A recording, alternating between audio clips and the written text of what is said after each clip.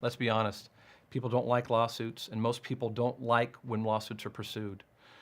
Um, Unfortunately, where we are with our culture right now, that's the reality. I tell my clients when we walk into the courtroom together, keep in mind, in the eyes of this jury, before they hear a shred of evidence, I am the scum-sucking ambulance-chasing attorney that raises their insurance rates. You are my fake and phony client. Unfortunately, that attitude prevents a lot of people from calling attorneys and getting help when they need it.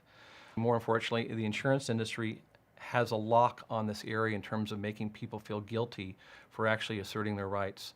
What I tell people, it doesn't cost you any money at all to pick up the phone, contact a good law firm, at least get some initial information before you talk to an insurance company to make sure that your rights are protected and make sure that you're not saying anything that's going to hurt your claim.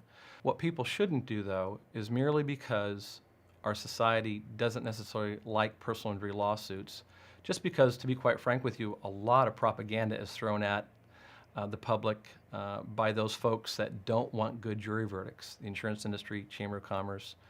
But they shouldn't let that dissuade them from making sure that they at least contact an attorney after they're seriously hurt in a collision, auto collision, or whether it's a trip and fall, or whatever type of incident that they've been hurt where someone else's fault.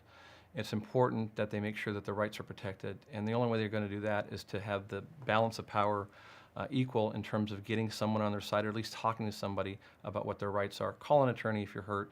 At least get some good initial advice. And from there, at least you can make some decisions.